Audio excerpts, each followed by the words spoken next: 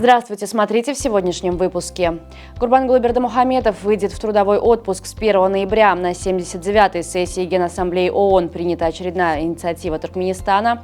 На юге Туркменистана выпал первый снег и другие новости. Председатель Халк Маслихаты Туркменистана Гурбангулы Бердымухамедов в ходе заседания правительства обратился к президенту Туркменистана с вопросом о трудовом отпуске с 1 ноября, так как в связи с подготовкой к заседанию Халк Маслихаты и Международному форуму «Взаимосвязь времен и цивилизации. Основа мира и развития» не вышел в трудовой отпуск в августе. На 25-м пленарном заседании 79-й сессии Генеральной Ассамблеи ООН была единогласно принята инициированная Туркменистаном резолюция «Центральная Азия. Зона мира, доверия и сотрудничества». Об этом сообщил на заседании правительства вице-премьер Рашид Мередов. Большинство стран-членов ООН и все государства региона выступили соавторами данного документа. На очередном заседании Кабинета министров Туркменистана вице-премьер Батыр Атдаев представил план развития торгово-экономических отношений с Узбекистаном. Ключевым событием станет проведение 20-21 ноября в Туркменабаде национальной выставки узбекских товаров и 2-го туркмено-узбекского межрегионального форума. Президент Туркменистана подписал постановление о проведении 3-го туркмено-китайского научно-инновационного форума инноваций, новые технологии и вопросы их внедрения в производство, который состоится в Ашхабаде 26-27 ноября. Форум направлен на обсуждение практических вопросов реализации передовых инновационных решений в различных отраслях экономики. В рамках форума планируется обсудить новые направления сотрудничества между Туркменистаном и Китаем в таких сферах, как нано- и химические технологии, исследование новых материалов и энергии, биотехнологии и молекулярная биология, информационно-коммуникационные системы, современная медицина и другие. В горах Капидага, близ Ашхабада, выпал первый снег. Из окон высотных домов горожане могут любоваться красивыми пейзажами, изумрудными горами с белой опушкой на фоне ясного голубого неба.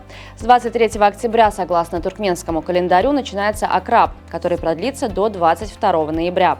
В народе говорят, Акраб придет со свистом, принесет с собой и ветер, и дождь.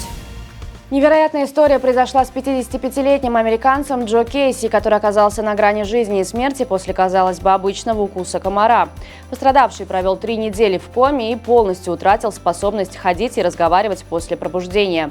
Роковая встреча с насекомым произошла в августе, когда состояние здоровья мужчины резко ухудшилось.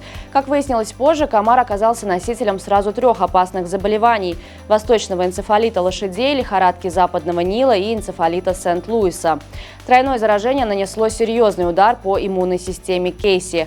В результате у пациента началось опасное накопление жидкости в черепной коробке, что создало критическое давление на головной мозг. Впереди у выжившего американца длительный путь восстановления – около 2,5 месяцев реабилитации. Пережив столь серьезные испытания, Джо Кейси обратился к соотечественникам: «Не недооценивайте размеры врага». Туркменский боец смешанных единоборств в полутяжелом весе Давляджан Яхшимурадов встретится с американцем Импой Касанганаем 29 ноября. Финальный поединок Лиги ПФЛ, на кону которого стоит чемпионский пояс и приз в $1 миллион США, должен пройти в Саудовской Аравии. В августе этого года в Голливуде Яхшимурадов одержал победу над австралийцем Робом Уилкинсоном единогласным решением судей. Это была его 6-я подряд победа. Телеканал «Туркменистан Спорт» порадует любителей футбола прямой трансляцией одного из самых ожидаемых матчей сезона «Эль-Классико» между Реалом и Барселоной. Матч состоится в ночь на 27 октября на легендарной арене Сантьяго-Бернабеу в Мадриде. Прямая трансляция матча начнется на телеканале «Туркменистан Спорт» в 23:55 по ашхабадскому времени. На сегодня это все. Со всеми новостями вы можете ознакомиться на сайте turkmenportal.com и на наших официальных страницах в социальных сетях. Всего вам доброго и помните, что Туркменпортал – ваш самый надежный источник новостей.